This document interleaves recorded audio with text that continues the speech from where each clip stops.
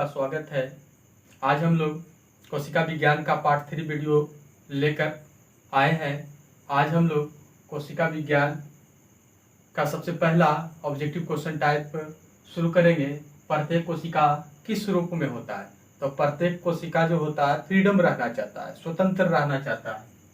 पहला आपका आंसर हो गया कि प्रत्येक कोशिका किस रूप में होता है? स्वतंत्र रूप में। अगला आपका प्रश्न है कि सभी कोशिका एक साथ मिलकर कार्य कर कर क्या बनाते हैं? तो एक जीव का निर्माण करते हैं, जिसको हम लोग प्राणी भी बोलते हैं। एक जीव का निर्माण करते हैं।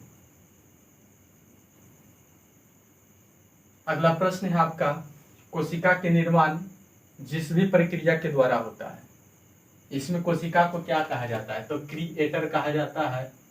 क्रिएटर माने होता है निर्माण करने वाला, निर्माण करता, निर्माण करता।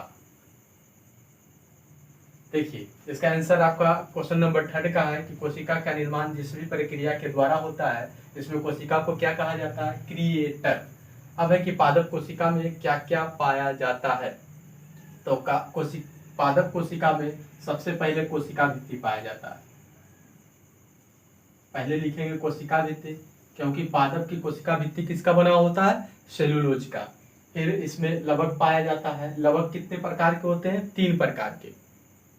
एक हरित लवक, वर्णी लवक, अपवर्णी लवक। इसके बाद रिक्तिका, रिक्तिका। ये तीनों चीज जो है पादप कोशिका में पाया जाता है। अगला आपका प्रश्न है कि पादप कोशिका में क्या नहीं पाया जाता है? तो तारककाय नहीं पाया जाता है। तारककाय, तारककाय जो होता है पादप कोशिका में नहीं पाया जाता है। अब है कि जंतु कोशिका में क्या क्या पाया जाता है? देखिए बहुत ही इंपॉर्टेंट क्वेश्चन इसे कह सकते हैं।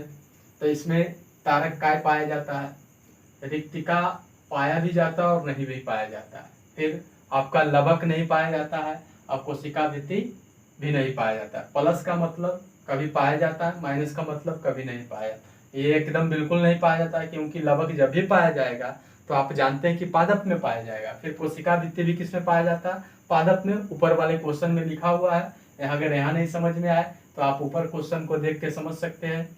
अब है कि मनुष्य के शरीर में लगभग कितनी कोशिका पाई जाती है? तो 60 × 10⁻15 लगभग इतनी कोशिका जो है हमारे बॉडी में पाया जाता है, शरीर में। कोशिका कितने प्रकार के होते हैं? रचना के आधार पे आप आगे जब हम लोग ऑब्जेक्टिव टाइप क्वेश्चन को सोल्व करेंगे तो उसमें पढ़ेंगे कि कोशिका आकार और बनावट के कितने प्रकार होते हैं। तो बहुत प्रकार के होते हैं। गोलाकार होते हैं, चतुर्भुजीय होते हैं, षटकोणीय होते हैं। तो यहाँ पर पढ़ेंगे कि रचना के आधार पर कितना होता है। तो मात्र 2 होता है। आप लोग जानते होंगे, नीचे लिखा हुआ है कितना बार, प्रोकैरियोटिक, यूकैरियोटिक। तो ये 2 प्रकार के होते हैं, प्रोकैरियोटिक ठीक और यूकैरियोटिक। देखिए हम लोग जो है बायोलॉजी का एकदम A to Z महासंग्राम क्वेश्चन कर रहे हैं। जो एग्जाम में पूछा हुआ है वो भी क्वेश्चन को सोल्व कर रहे हैं, और जो आने वाले समय में हो सकता है कि पूछ सके वो भी सारे क्वेश्चन को हम लोग सोल्व करते जा रहे हैं। आपको समझिए कि एक प्रकार से ये थ्योरी से निकाला हुआ क्वेश्चन है। आप एक बार हमारे वीडियो को पढ़ लीजिएगा तो हो सकता है कि ऐसा ही 1-2 क्वेश्चन छूटे, लेकिन हमारे नज़र से अधिकांश क्वेश्चनों को हमने वहाँ से निकाला और आप लोगों को बीच हम पढ़ा रहे हैं। और अगर हमारे वीडियो आप लोगों को पसंद आता है तो लाइक कीजिए, सब्सक्राइब कीजिए और ज़्यादा से ज़्यादा हमारे चैनल के बारे में शेयर कीजिए, बताइए लोगों को। अब हम लोग अगले प्रश्न के आगे की ओर चलते हैं। तो अभी हमने पढ़ा कि रचना के आधार पर कोशिका 2, प्रोकैरियोटिक, यूकैरियोटिक। अगला प्रश्न है आपका कि प्रोकैरियोटिक कोशिका के अंतर्गत आते हैं। तो प्रोकैरियोटिक कोशिका के अंतर्गत आते हैं, तो इसके अंतर्गत आपका हो क्या जाएगा? प्रोकैरियोटिक कोशिका के अंतर्गत आते हैं तो देखिए इसके अंतर्गत आते हैं जीवाणु आते हैं, जीवाणु और नील हरित शैवाल आते हैं, शैवालु। देखिए अगला है कि प्रोकैरियोटिक कोशिका को कहा जाता है। तो देखिए प्रोकैरियोटिक कोशिका को आरंभिक कोशिका भी कहा जाता है, कोशिकाएं। और ये जो होते हैं ये एक कोशिकीय होते हैं, एक कोशिकीय। फिर आपका अगला प्रश्न है कि किस कोशिका में केंद्रक कला क्लोरोप्लास्ट, क्लोरोप्लास्ट आप जानते होंगे जिसको हम लोग क्लोरोफिल भी बोलते हैं।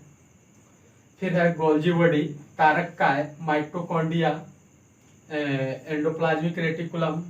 इसके बाद लाइसोसोम, आत्महत्या की थैली जिसे कहते हैं, ऊर्जा का घर शायद माइटोकॉन्ड्रिया का, प्रोटीन इसमें तो राइबोसोम नहीं है, वो प्रोटीन का उसको घर हम लोग मानते हैं, वहाँ राइबोसोम में प्रोटीन का संश्लेषण होता है। तो देखिए यहाँ पे केंद्रिका, लिंग प्रजनन, अंतःद्रव्यीय जालिका नहीं होता है। तो किस कोशिका में, तो किस कोशिका में ये इतने सारे जो है पार्ट नहीं पाया जाता है, तो हम लोग जानते हैं प्रोकैरियोटिक कोशिका में, प्रोकैरियोटिक कोशिका में, क्योंकि ये एक कोशिकीय होता है इसलिए इतने सारे पार्ट नहीं पाया जाता है, प्रोकैरियोटिक कोशिकाएं। फिर अगला आपका प्रश्न है कि प्रोकैरियोटिक कोशिकाओं के कलाविहीन केंद्रक को क्या कहते हैं, तो इसको हम लोग कहते हैं आरंभिक, आरंभिक कोशिकाएं, आरंभिक केंद्रक। जो कलाविहीन होता है केंद्रक उसको हम लोग कहते हैं आरंभिक केंद्रक। फिर अगला आपका प्रश्न है कि प्रोकैरियोटिक कोशिका में कितने प्रकार के राइबोसोम होता है। देखिए पिछले जो आपका एसआई था, बिहार एसआई, तो इसमें राइबोसोम करके पूछा हुआ था कि पादप में कितने राइबोसोम पाए जाते हैं प्रोकैरियोटिक और यूकैरियोटिक में। ऑप्शन भी था 70S, 80S, 70S, 80S, 80S, 70S, ऐसे करके। तो यहाँ पे प्रोकैरियोटिक कोशिका में कितने प्रकार के राइबोसोम पाए जाते हैं, तो 70S प्रकार के।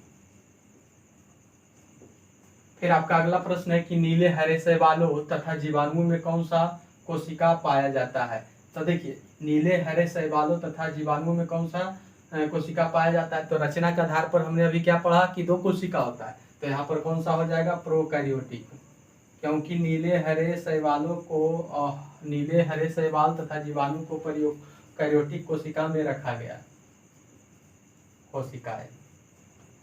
फिर आपका अगला प्रश्न है कि केंद्रक के चारों ओर पाए जाने वाली कोशिका झिल्ली किस केंद्रक में किस कोशिका में अनुपस्थित होता है, तो इसका भी आंसर सेम हो जाएगा, प्रोकैरियोटिक कोशिका,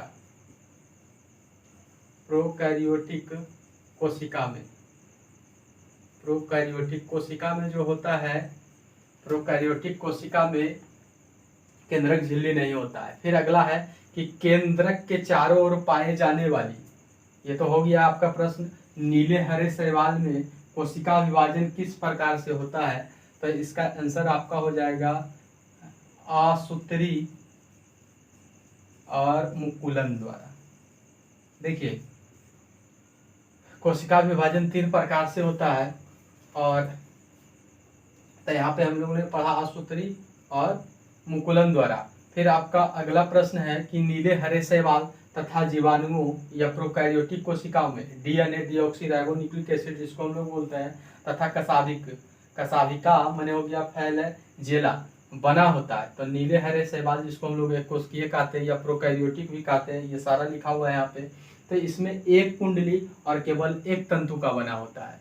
आज का क्लास हम लोग यहीं तक समाप्त करते हैं। अगर हमारा वीडियो पसंद आता है तो वीडियो को लाइक कीजिए, शेयर कीजिए और हमारे चैनल को सब्सक्राइब कीजिए। और हमारे डीपर क्लासेज के द्वारा आपका मैथ का भी क्लास करवाया जाएगा। अभी हम लोग साइंस में बायोलॉजी का क्लास दे रहे हैं, फिर मैथ आपका होगा, advance math, arithmetic math, number system, ये सारे चलेंगे। कुछ वीडियो नंबर सिस्टम का डाला हुआ भी है। आपका नंबर सिस्टम में 4-5 चैप्टरों का एक वीडियो बना दिया जाएगा, जिससे आप एक वीडियो के माध्यम से ही नंबर सिस्टम को पढ़ सकते हैं। फिर आपका रीजनिंग का क्लास भी डीपर क्लासेस के द्वारा किया जाएगा। और आप लोगों से निवेदन है कि हमारे चैनल को सपोर्ट कीजिए और ज़्यादा से ज़्यादा लोगों के बीच हमारे वीडियो को शेयर कीजिए, हमारे चैनल को सब्सक्राइब कीजिए। फिर मिलते हैं अगले वीडियो में। Thanks, bye bye.